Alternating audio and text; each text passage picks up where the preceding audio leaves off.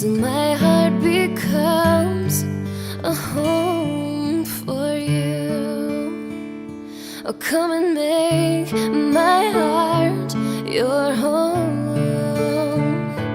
Come and be everything I am and all I know. Shalom, puji Tuhan. Kita boleh sampai lagi pada ibadah GB Arauna Online. Kita angkat hati kita, kita sembah Dia. Dia Bapa yang selalu mengerti kita. Dia selalu setia buat kita.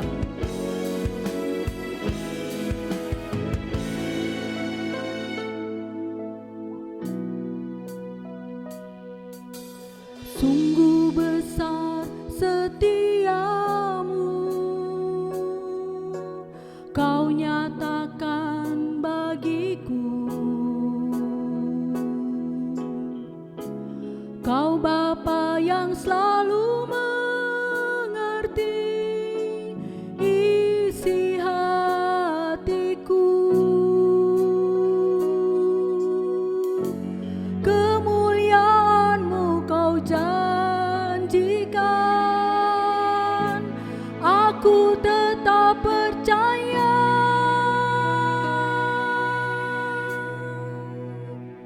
Ku percaya janji-Mu ajaib terukir dalam kehidupanku.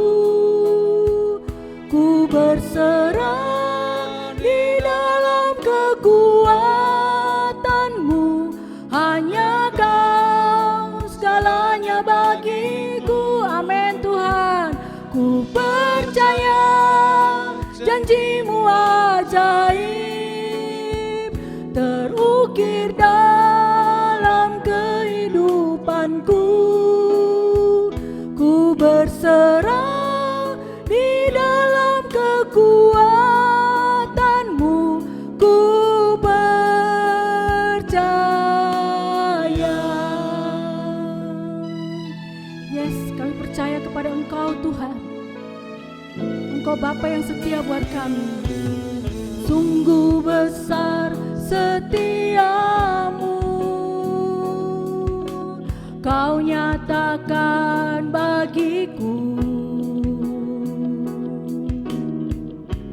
Kau Bapa yang selalu mengerti isi hatiku.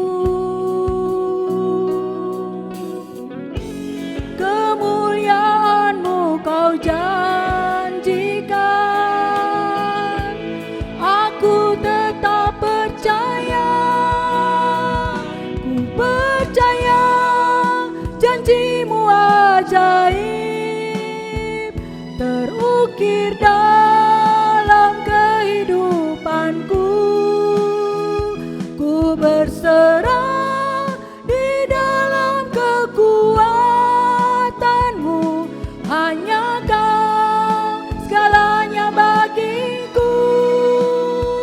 Ku percaya janji-Mu ajaib terukir dalam kehidupanku.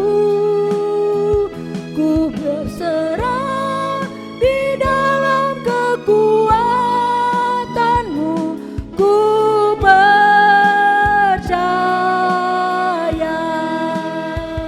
Ku percaya janji-Mu ajaib. Yes, amin. Terukir dalam kehidupanku. Ku berserah di dalam kekuatan-Mu, hanya Kau segalanya bagiku. Ku percaya janji-Mu ajaib terukir dalam kehidupanku. Ku berserah di dalam kekuatan-Mu. Ku percaya. Ku percaya janji-Mu ajaib. Jemaat katakan dengan segenap hatimu. dalam kehidupanku. Ku berserah di dalam kekuatanmu. Hanya Kau segalanya bagiku. Ku percaya janjimu ajaib terukir dalam kehidupanku. Ku berserah di dalam kekuatanmu. Ku percaya.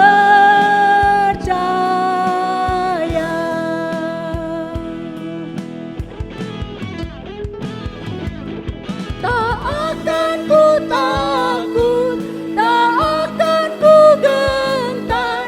Kaulah imanku, Kaulah Tuhan. Yes, amin. Tak akan ku ragukan kebaikan-Mu di hidupku.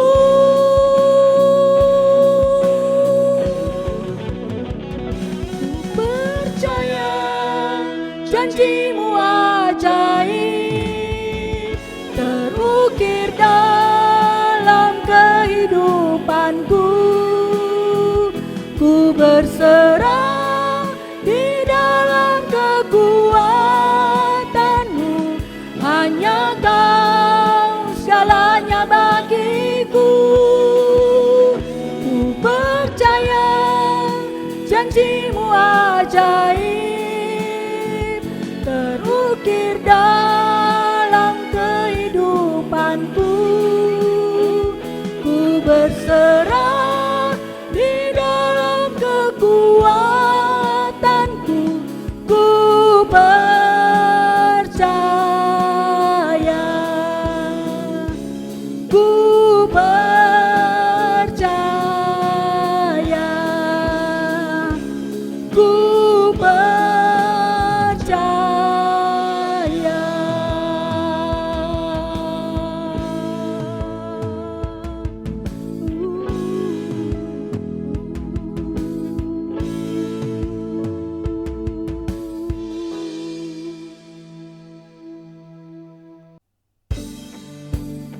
Kami hendak bernyanyi buat Engkau Tuhan. Kami hendak bermazmur buat Engkau ya Bapa. Selama kami masih hidup dan selama kami masih ada.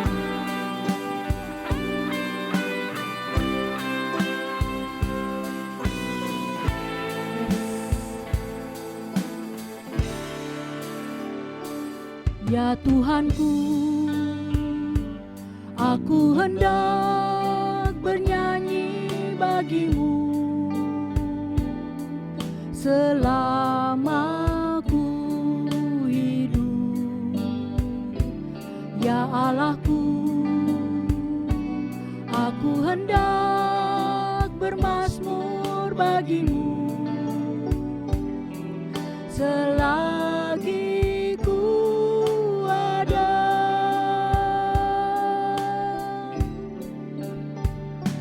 Ya Tuhanku,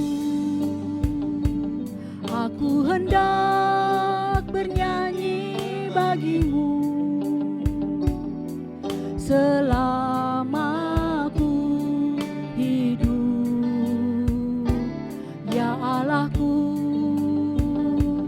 aku hendak bermazmur bagi-Mu selagi ku ada. Inilah yang ku renungkan setiap waktu. Nyanyian pujian dan pengagungan kepadamu.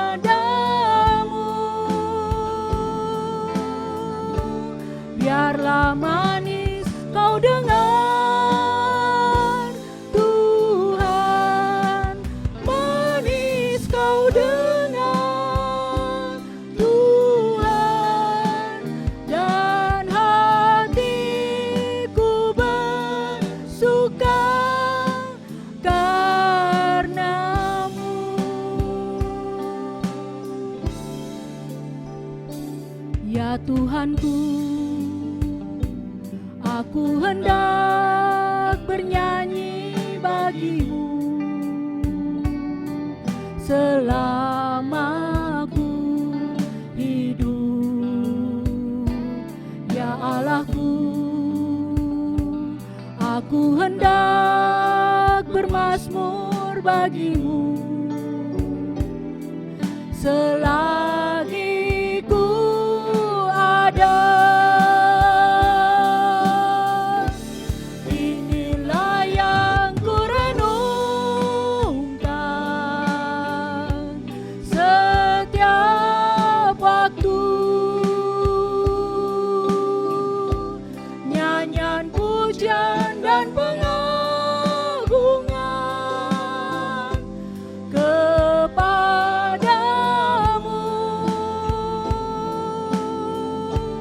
Biarlah manis kau dengar Tuhan, manis kau dengar Tuhan, dan hatiku bersuka karenamu. Inilah yang ku renungkan, inilah yang ku renungkan setiap waktu, nyanyian pujian dan pengagungan kepadamu. Biarlah manis kau dengar Tuhan, manis kau dengar Tuhan, dan hatiku bersuka karenamu. Jemaat nyanyikan setengah suara. Inilah yang ku renungkan, yes Tuhan, setiap waktu, nyanyian pujian dan pengagungan, amin, kepadamu.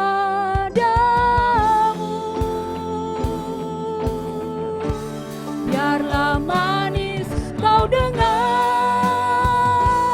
Tuhan, manis kau dengar Tuhan, dan hatiku bersuka karenamu.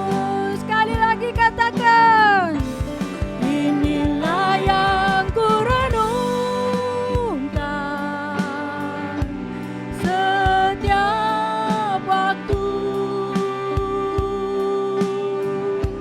nyanyian pujian dan pengagungan kepadamu.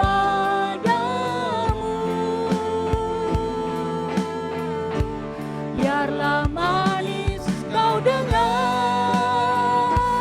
Tuhan, manis kau dengar Tuhan, dan hatiku bersuka, dan hatiku bersuka, yes, dan hatiku bersuka karenamu.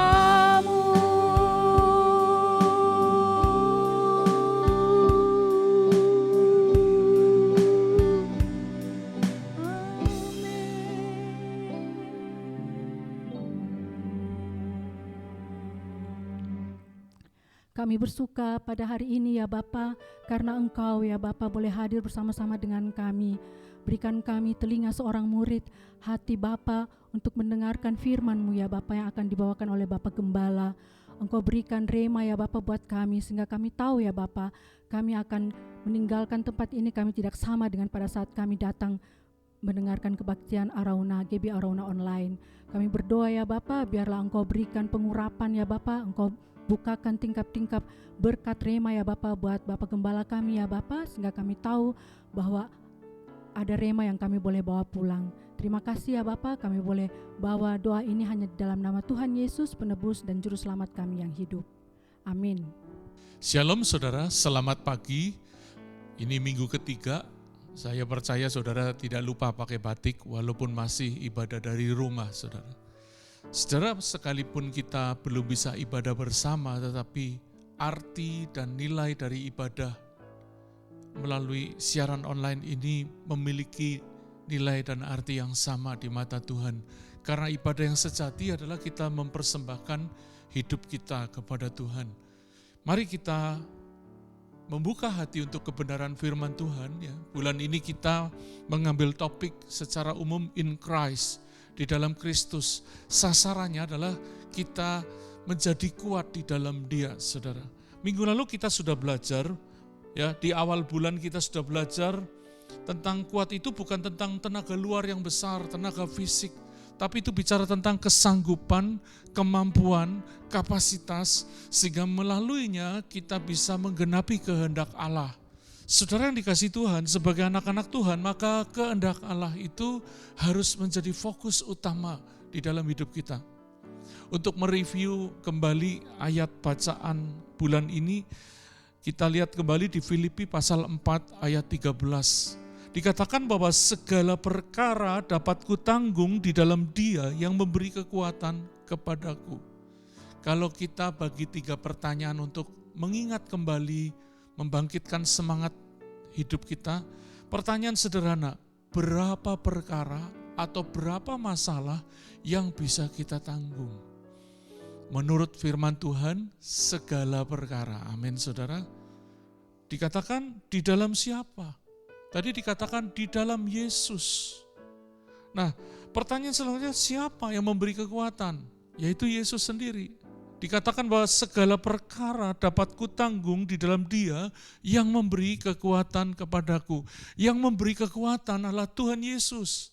Saya percaya ketika kita berdoa, bersekutu, baik secara pribadi maupun bersama seperti hari ini, maka Tuhan yang memberi kekuatan itu, yang sedang hadir saat ini bersama kita, Dia akan memberi kekuatan kepada saudara dan saya. Yang percaya katakan amin saudara.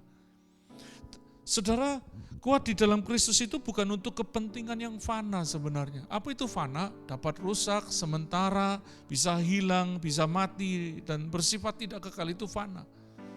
Kita menjadi kuat bukan hanya untuk kehidupan sementara di muka bumi ini, saudara. Melainkan kita menjadi kuat dalam rangka untuk persiapan menuju kekekalan. Seorang hamba Tuhan berkata bahwa kehidupan di dunia ini sebuah persiapan untuk menuju kekekalan nanti, saudara. Nah, seharusnya gairah yang kita miliki itu bukan untuk hal-hal yang kelihatan sementara.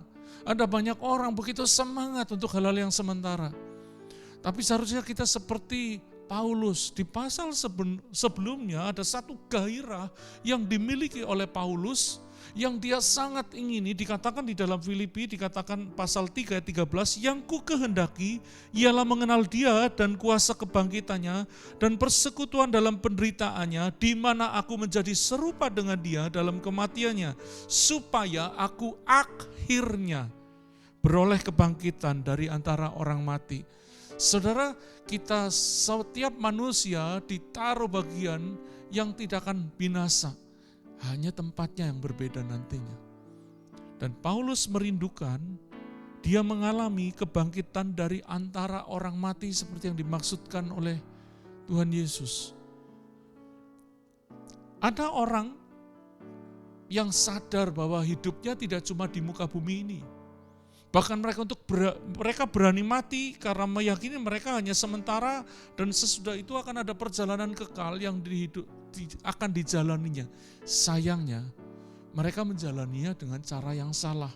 Saudara, kita seringkali menemukan ada orang yang menyiksa diri, mengucilkan diri, Bahkan ada yang mencelakai orang lain dengan alasan agama atau demi yang mereka sembah. Mungkin saudara berkata begini, alasan agama demi yang mereka bersembah. Satu kali Yesus berkata, akan tiba saatnya orang yang membunuh kamu akan menganggap dirinya sedang beribadah kepada Allah. Ada orang-orang yang menggunakan alasan agama untuk menghancurkan orang lain, saudara. Nah, saudara, ini orang-orang yang sebenarnya berani mati karena mereka meyakini sesuatu. Bahwa akan ada kebangkitan sesudah kematian. Sayangnya, mereka menghidupinya dengan cara yang salah, saudara. Nah, saudara, mempersiapkan diri menuju kekekalan itu tidak berhubungan dengan orang lain sebenarnya. Tapi itu berurusan dengan pribadi dan iman kita sendiri. Berurusan dengan iman dan perilaku diri kita, saudara. Kita tidak bisa mencoba untuk kelihatan baik dengan cara menghancurkan orang lain. Supaya kita kelihatan saleh, kita merugikan orang lain. Itu yang dilakukan Kain. Kain begitu melihat Habel, persembahannya diterima, dia tidak, dia marah, dia bunuh Habel. Itu yang dilakukan Kain, dan hari-hari ini ada banyak orang seperti Kain. Supaya kelihatan rohani, dia mencelakakan orang lain, dia menghancurkan orang lain, supaya dia bisa tampil sendiri. Saudara, bukan seperti itu yang dimaksud, ya. Saudara, sungguh menyedihkan kalau kemudian kejadian di mezbah Kain dan Habel masih terjadi sampai hari ini. Di mana gara-gara mezbah orang saling menghancurkan, di mana gara-gara mimbar orang saling menjelekkan supaya dia kelihatan baik. Bukan seperti itu, saudara yang dikasih Tuhan. Nah, hari ini kita akan belajar bahwa ternyata menjadi kuat itu tidak bisa terjadi secara otomatis. Sekalipun saudara sudah beriman, engkau sudah lahir baru, sudah dibaptis. Menjadi kuat itu dengan berlatih. Saya memberi judul khotbah hari ini, tadi itu pembukaannya, berlatih menjadi kuat. Katakan sama-sama, berlatih menjadi kuat. Kenapa kita perlu berlatih? Karena berlatih itu merupakan tanggung jawab diri. Menjadi kuat itu harus lewat latihan, dan latihan itu tanggung jawab diri, dan itu merupakan proses yang terus-menerus di sepanjang hidup kita. Kalau saudara mau kuat, maka engkau sepanjang hidup harus terus melatih imanmu. Tidak ada di antara kita yang sudah sempurna, tidak ada seorang pun di antara kita yang lebih mahir dari yang lain. Yang ada adalah yang lebih berlatih, saudara. Nah, saya suka dengan ilustrasi yang digunakan oleh Paulus. Paulus menggunakan ilustrasi olahragawan, pelari, dan petinju. Sepertinya dia suka nonton tinju, saudara. Makanya dia banyak menggunakan itu. Atau dia suka nonton perlombaan lari, ya, di gelanggang. Dia olahragawan. Kalau sekarang mungkin banyak di antara jemaat yang suka nonton balap Formula 1, Formula One. Wah, saya ingat kemarin ada keponakan saya dari umur baru hampir 5 tahun. Sudah hobi nonton Formula 1. Sudah hobi nonton MotoGP. Wah, sampai dia bisa sebutkan nomor sekian yang menang Kucang. Wah, ini juaranya, yang nomor 1 ini, anak baru TKB sudah sedemikian rupa. Bagus, saudara, kita punya kesenangan karena kesenangan itu akan menolong kita menjalani hidup dengan cara yang tidak terlalu berat. Saudara, kalau tadi Paulus berkata tentang petinju dan pelari, maka ada 2 hal yang perlu untuk menjadi seorang petinju maupun pelari, yaitu kemampuan, skill, dan juga ketahanan. Saya ingat sekali satu kali petinju Indonesia yang waktu itu sangat diagulkan. KO, bukan KO, kalah gara-gara dia mukuli musuhnya enggak KO, dia yang drop kekuatannya, ketahanannya. Dan kemudian hanya sekali pukulan dia KO begitu saja. Padahal sudah hampir selesai pertandingan. Saudara, kita di samping kita harus memiliki kemampuan, kita juga harus memiliki ketahanan. Katakan ketahanan. Mari kita baca ayat, ya, ayat tema hari ini 1 Korintus 9 ayat 26 sampai ayat yang ke-27. 1 Korintus pasal 9 ayat 26 sampai 27 dikatakan, sebab itu aku tidak berlari tanpa tujuan dan aku bukan petinju yang sembarangan saja memukul. Tetapi aku melatih tubuhku dan menguasainya seluruhnya supaya sesudah memberitakan Injil kepada orang lain, jangan aku sendiri ditolak. Paulus tadi menggambarkan dia seperti pelari dan seperti petinju. Dan juga dikatakan, tetapi aku melatih tubuhku dan menguasai seluruhnya. Perhatikan kata melatih tubuhku dan menguasai seluruhnya. Dari ayat yang kita baca tadi, maka kita akan belajar tentang dua hal ini. Untuk menjadi olahragawan yang ulung, dua hal saja dulu saudara, supaya tidak terlalu banyak. Kita perlu nutrisi dan latihan. Katakan nutrisi dan latihan. Nah, apa itu nutrisi ya saudara? Nutrisi itu bukan makan asal kenyang, saudara. Kita perlu nutrisi. Nutrisi itu adalah makanan yang bergizi. Termasuk juga proses pengolahan, ya, pemasukan dan pengolahan zat makanan oleh tubuh itu nutrisi. Jadi proses cara kita makan, pemasukannya dan pengolahannya itu nutrisi. Nutrisi juga bicara tentang makanan yang bergizi, yang diperlukan oleh tubuh kita. Nah saudara, banyak orang makan yang penting kenyang, tapi tidak memperhatikan nilai-nilai gizi, tidak memperhatikan nutrisinya. Apakah dia yang butuhkan atau dia hanya ingin saja. Saya ingat tahun 2010 di Piala AFF, wow, saya yang bukan penggemar bola hari itu aja jadi suka nonton. Kenapa? Tim Indonesia mempertunjukkan sebuah permainan bola selain cantik, ketahanan yang luar biasa. Biasanya pemain bolanya Indonesia mainnya lambat. Yang kedua, di menit-menit separuh pertandingan, ya bukan menit-menit akhir, separuh pertandingan energinya sudah habis. Tapi saya setiap kali nonton di Piala AFF 2010, maka saya mendapati pemain Indonesia yang berbeda. Sampai peluit terakhir ditiup, kemampuan dan keakuratan, ketahanan mereka itu seperti nggak habis. Nyaris juara saudara, mereka masuk final. Ya, mereka hanya kalah sekali dan akhirnya harus jadi runner up. Tapi ada sebuah yang membanggakan. Ternyata waktu saya membaca apa yang mereka lakukan, biasanya pemain bola kita itu hobinya makan nasi goreng. Saya baru tahu gara-gara baca itu nasi goreng gak sehat. Saya penggemar nasi goreng.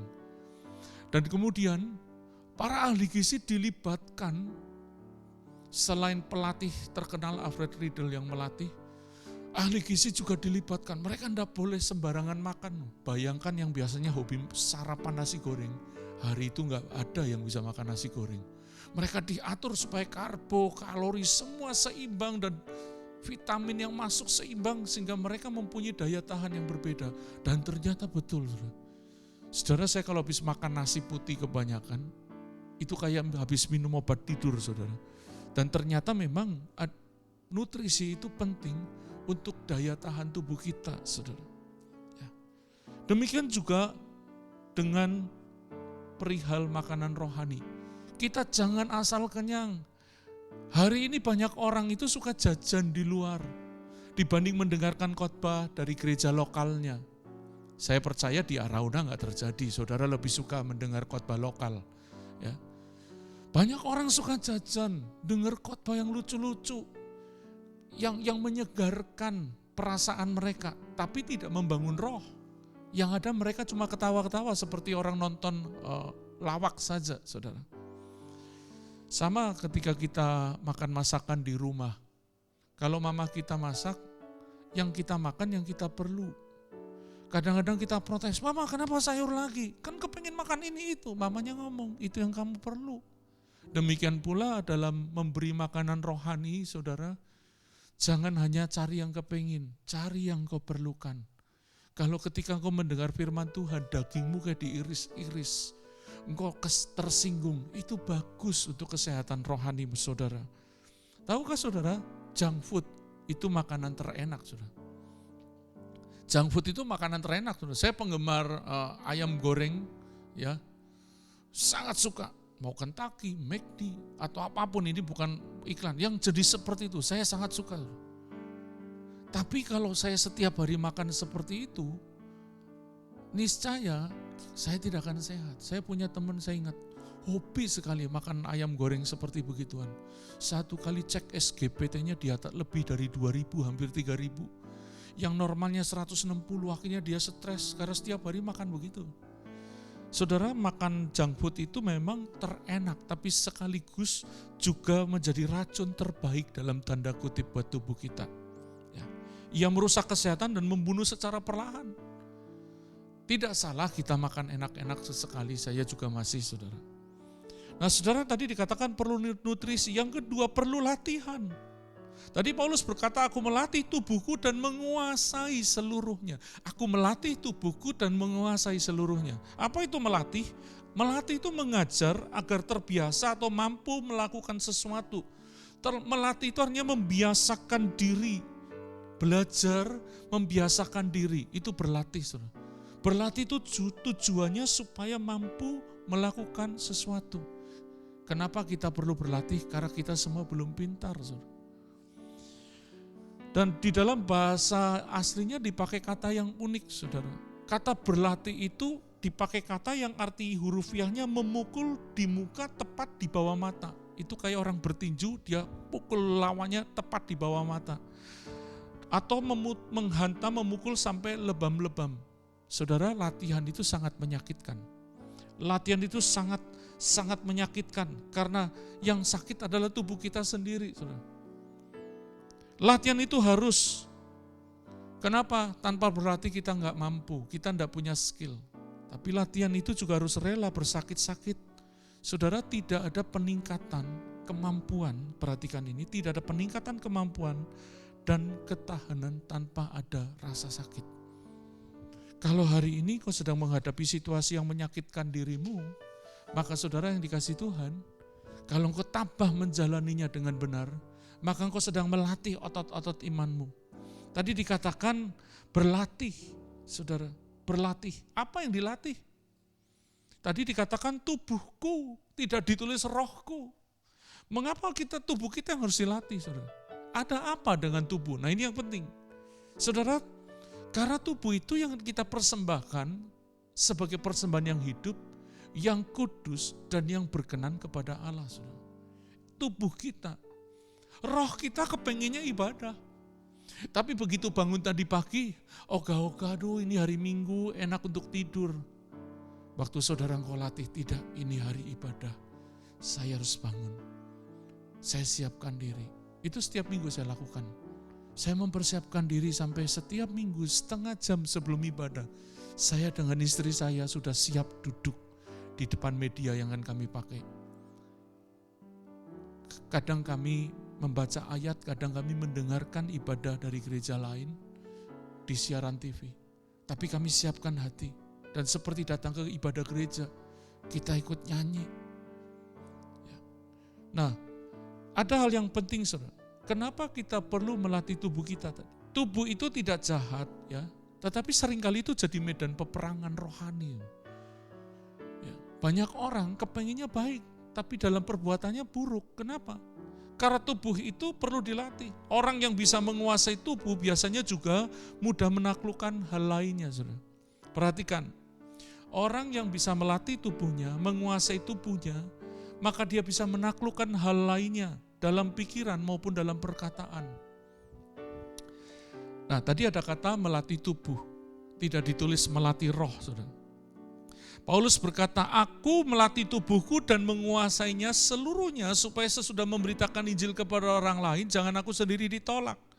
Ya, saudara, perhatikan ini. Melatih dan menguasai tubuh itu bukan sekedar melatih yang kelihatan. Bukan hanya saudara soal melatih ini dalam konteks rohani loh ya saudara. Bukan saudara tujuannya ikut olimpiade, bukan. Tapi dalam hal latihan rohani. Melatih tubuh itu bukan sekedar melatih yang kelihatan semata. Melainkan kita sedang melatih dan menguasai yang tidak kelihatan. Yaitu manusia batiniah kita. Nanti kita akan belajar apa yang perlu kita latih. Satu kali Yesus berkata kepada murid-muridnya, tidak sanggupkah kamu berjaga-jaga 1 jam saja? Dikatakan begini, roh memang penurut, tapi dagingmu itu lemah. Saat itu murid-muridnya diajak berdoa, mereka malah tidur. Tuhan mau kita melatih tubuh kita. Nah, saudara, daging tubuh yang tidak kita latih akan bisa memperlemah roh kita. Ada beberapa hal praktis dalam konteks melatih tubuh. Ya. Dan itu merupakan hal sehari-hari yang seringkali kita anggap enteng. Masa ada hubungannya dengan melatih rohani kita. Apa yang perlu kita latih? Yang pertama saudara, kita perlu mengendalikan makan. Ini yang unik saudara. Satu kali saya menyadari bahwa ayat ini bukan hanya bicara tentang perkataan. Di Amsal 18 ayat 21 dikatakan, hidup dan mati dikuasai lidah. Siapa suka menggemakannya akan memakan buahnya. Ketika kita bicara lidah, kita seringkali hanya ukur masalah makan, perkataan. Padahal kalau saudara buka kamus, lidah itu selain alat untuk berkata, juga alat pencecap rasa, untuk merasakan. Dan saudara baca kembali ayat sebelumnya ayat 21 di Amsal 18 ayat 21, tadi hidup dan mati dikuasai lidah, siapa yang suka menggemakannya akan memakan buahnya. Ayat 20-nya saudara dikatakan begini, perut orang dikenyangkan oleh hasil mulutnya, ia dikenyangkan oleh hasil bibirnya. Ini bicara perut, berarti sedang tidak bicara tentang perkataan saja, tetapi bagaimana saudara dan saya makan saudara. Dulu saya pikir lidah itu hanya bicara perkataan, tetapi ini bicara tentang organ pencecap rasa, ya. Maka orang yang susah mengendalikan selera makannya, biasanya juga akan susah mengendalikan perkataannya. Nah saudara, ada satu ayat, saya sering begini sambil bercanda kepada jemaat, yang kalau makan susah dikontrol, ditegur kan susah. Kalau ditegur nanti marah, ya, apalagi musim pandemi begini banyak orang gampang emosi. Tapi saya mau bacakan di Amsal 23, ayat 1 dikatakan begini, bila engkau duduk makan dengan seorang pembesar, perhatikanlah baik-baik apa yang ada di depanmu. Ayat 2, Amsal 2 ayat 2, Amsal 23 2, taruhlah sebuah pisau pada lehermu bila besar nafsumu. Jangan ingin akan makanan yang lezat, itu adalah hidangan yang menipu. Yang menipu itu hidangannya, bukan raja yang mengundangnya. Dengan seorang pembesar, bukan pembesarnya. Kita tahu ketika pembesar mengadakan perjamuan, makanannya itu luar biasa mewah. Yang menipu itu hidangannya. Hati-hati saudara, engkau yang tidak bisa kontrol makanmu, maka saya curiga engkau juga susah mengendalikan manusia rohanimu. Ini ayat yang buat orang yang tidak bisa mengendalikan nafsu makan. Buat orang yang susah makan, ada ayatnya. Tadi kan saya katakan mengendalikan makan. Mengendalikan makan bukan bicaranya tentang yang kebanyakan. Yang kurang makan pun perlu dikendalikan. 1 Timotius 5:23 dikatakan, nasihat Paulus kepada Timotius dikatakan begini, janganlah lagi minum air saja, melainkan tambahkanlah anggur sedikit, berhubung pencernaanmu terganggu dan tubuhmu sering lemah. Saudara, ini buat orang yang sulit makan dan minum. Ada orang, saya sering ngomongi pembantu di rumah, kamu harus banyak minum, makannya susah. Itu juga perlu dikendalikan. Ada orang yang sembarangan makan, ada orang yang tidak doyan makan, dua-duanya bisa jadi persoalan. Dan orang yang tidak bisa kontrol mengendalikan makannya, entah karena kebanyakan atau dia perlu menambah makannya, maka biasanya dia akan susah di bagian hal lainnya. Ya saudara yang dikasih Tuhan, yang pertama kendalikan makan, yang kedua kendalikan jam istirahat. Ini lucu, ini mungkin tidak pernah disampaikan. Melatih rohani dengan cara melatih tubuh. Melatih tubuh tadi mengendalikan makan yang pertama, yang kedua mengendalikan jam istirahat. Ada ayatnya saudara, Mazmur 127 ayat 2 dikatakan, sia-sialah kamu bangun pagi-pagi dan duduk-duduk sampai jauh malam dan makan roti yang diperoleh dengan susah payah, sebab ia memberikannya kepada yang dicintainya pada waktu tidur. Saudara, satu kali istri saya dinasihati seorang hamba Tuhan yang kayak bapak rohaninya. Sari, orang tidak bisa tidur itu dosa loh. Istri saya susah tidur loh. Saya ingat waktu awal menikah, saya paling malam tidur jam 10, jam 11. Istri saya jam 2 pagi baru bisa tidur. Saudara, tentu perkataan tadi tidak sepenuhnya karena sambil bercanda, tapi sekaligus ada seriusnya. Engkau perlu membangun jam istirahatmu dengan benar.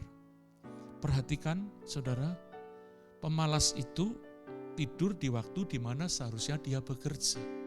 Kalau workaholic, terlalu asik bekerja sampai dia seharusnya tidur, tapi dia masih tetap bekerja. Ini yang penting buat para lajang. Kenapa tidur penting? Adam itu dikasih jodoh waktu dia tidur. Ada pengertian rohaninya, tentu ada. Tapi orang yang tidurnya susah, kulitnya juga tidak baik. Akibatnya susah dapat jodoh, saudara. Kalau tampilannya umur 17 tahun udah kayak umur 45 tahun, akan susah. Ya. Tuhan juga berbicara kepada orang-orang ketika mereka sedang tidur. Kita tahu ketika Yakub sedang tidur, dia mendapat penglihatan surga terbuka di Betel. Hati-hati saudara, kalau saudara tidak mengatur pola tidur, saudara akan banyak kehilangan berkat. Karena Tuhan memberi berkat orang yang dikasihnya pada waktu dia tidur. Istirahat itu perlu untuk melatih tubuhmu. Jangan berkata, saya tidak biasa tidur jam 10 malam. Saya jam 3 pagi baru tidur. Saya mau katakan, kecuali engkau memang pekerja, harus malam bekerja, itu beda. Tapi kalau engkau hanya melamun, engkau hanya asik main game, bertobat. Karena itu akan mempengaruhi manusia rohmu. Yang ketiga, selain mengendalikan makan, mengendalikan jam istirahat, berolahraga. Saudara, ternyata waktu kita berolahraga, hormon kebahagiaan itu akan meningkat.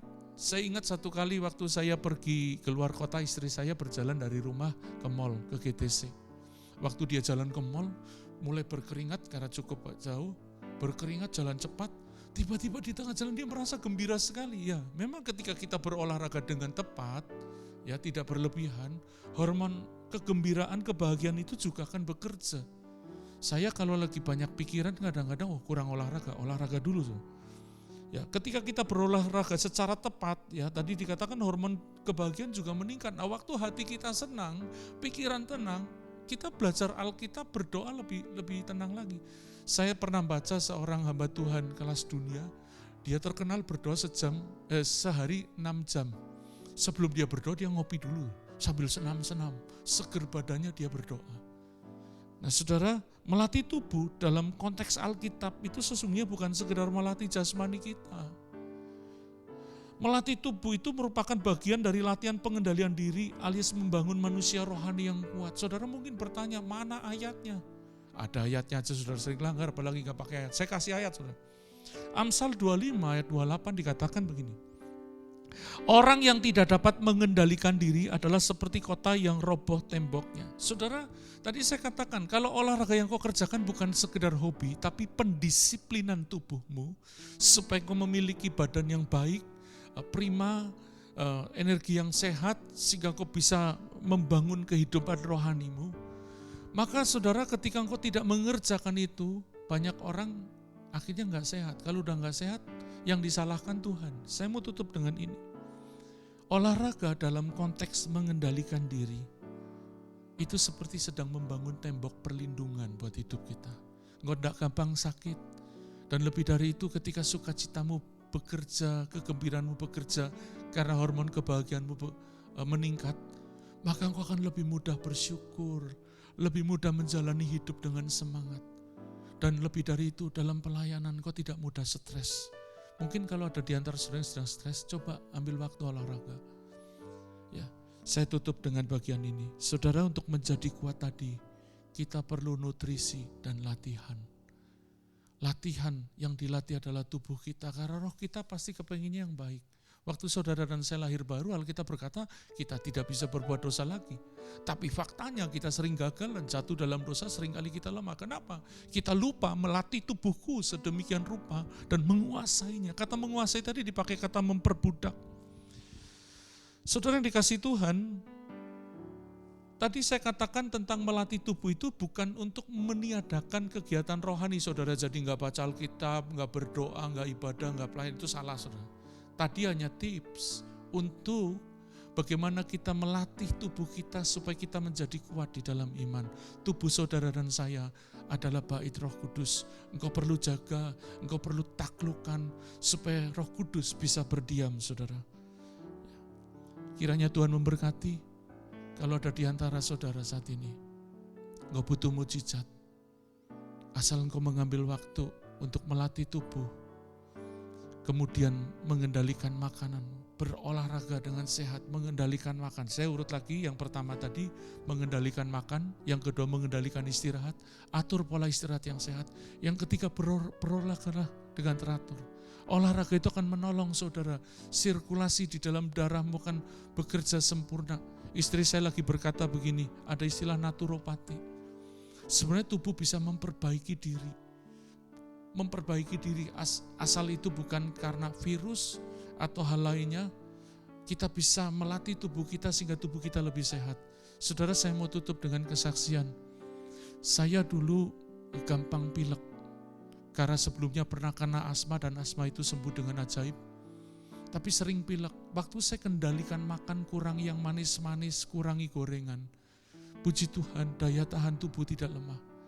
Kalau engkau butuh mujizat, saya mau berdoa, tapi di sisi yang lain, latih tubuhmu. Jangan hanya beriman, tapi engkau tidak bertanggung jawab. Engkau perlu bertanggung jawab dengan tubuhmu, supaya engkau menjadi kuat di dalam Kristus. Yesus saja beristirahat waktu dia lelah. Masa kita nggak beristirahat? Bedakan antara malas dan berdalih dan beristirahat. Mari kita berdoa.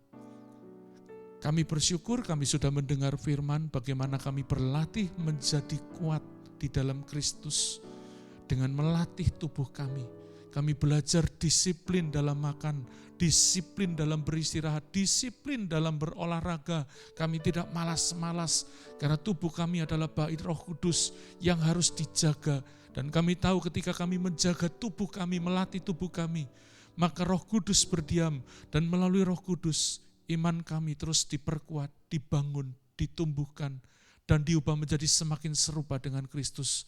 Saat ini kalau ada yang sakit, aku berdoa, kuasa ilahi turun, membawa kesembuhan, pemulihan, mujizat. Kalau ada mereka yang terikat dengan kebiasaan buruk, pola makan, bahkan terikat dengan narkoba dan sejenisnya, terikat dengan makanan manis, terlalu asin, terlalu berkarbo, berlemak, kami berdoa supaya kelepasan itu terjadi dalam nama Yesus. Kami memberkati mereka yang sedang membutuhkan kesembuhan ilahi secara instan, biar itu terjadi dalam nama Yesus. Tolong kami Tuhan, supaya kami tidak menjadi orang-orang yang ceroboh dan gegabah, membiarkan tubuh kami tanpa dikendalikan, tanpa dikontrol. Terima kasih buat ibadah hari ini. Di akhir ibadah ini, curahkan berkat-Mu bagi setiap umat-Mu Tuhan. Mari arahkan hati saudara dan terima berkat Tuhan. Tuhan memberkati engkau dan melindungi engkau. Tuhan menyinari engkau dengan wajah-Nya dan memberi engkau kasih karunia. Tuhan menghadapkan wajah-Nya kepadamu dan memberi engkau damai sejahtera. Diberkati setiap saudara dalam nama Tuhan Yesus. Yang percaya katakan amin. Tuhan memberkati.